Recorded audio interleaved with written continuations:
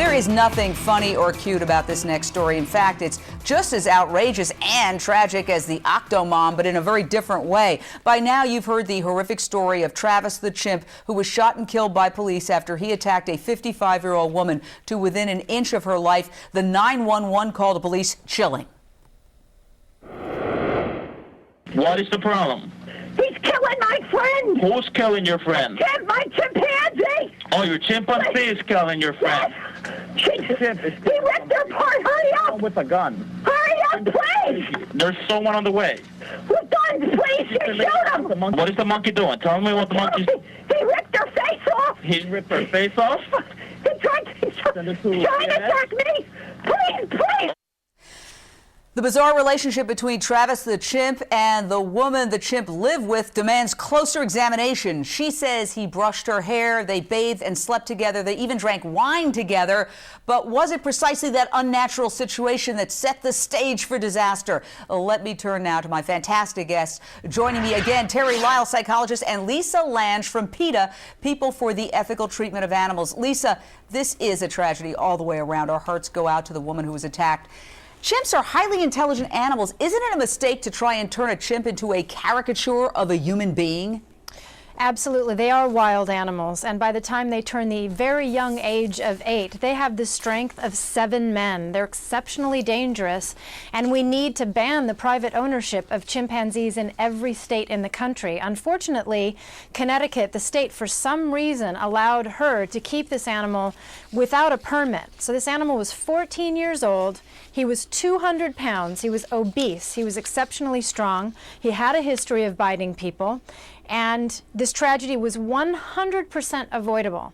And I think it's also really important to remember that the violence that these animals face starts days after they're born. They're taken away from their mothers when they're mere infants, and because that's the only way that you can train a chimpanzee for commercials which this animal was used in. I want to get into that in just a second. Now, the 70-year-old woman made Travis her companion. After the deaths of both her husband and daughter, listen to how she describes their relationship after she was forced to fend off this attack. For me to do something like that, put a knife in him, was like putting one in myself. And then he turned around and like, Mom, what did you do? Terry Lyles, isn't this substitution relationship unhealthy?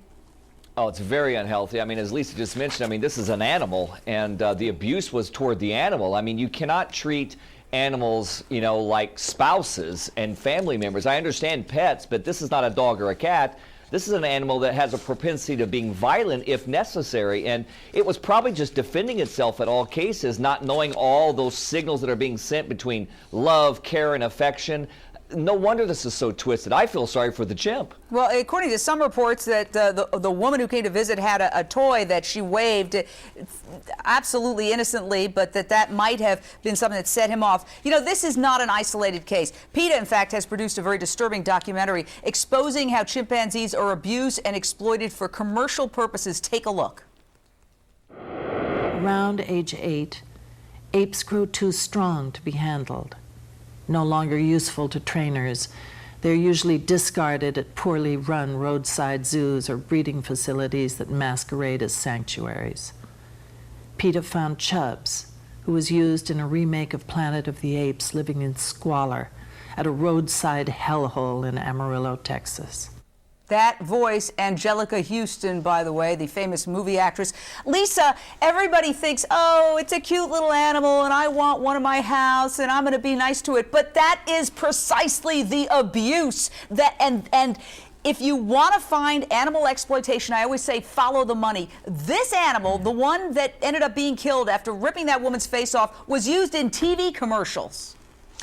Yes, he was. He was used in Old Navy commercials and Coke commercials at the very least. That's what we know of. And the thing is that we've done investigations, and other animal groups have done investigations that have found in every instance the training of great apes is abusive. And the reason for this is, like little human beings, when they're babies, they get distracted very easily. They run around, they get into things. And on a set, whether it's for a commercial or whether it's for a movie, time is money. And so you'll see sometimes when a chimpanzee shows shows that smile. It's not a smile, it's a fear grimace. And that's because they know that if they don't perform on cue, that they're likely to be hit with a metal bar or a hose filled with sand or shocked with a hot shot. And this is the rule and not the exception. And then again, like you saw in this video, when they turn the age of 8, they're no longer usable. But these animals live to be 65, 70 years old.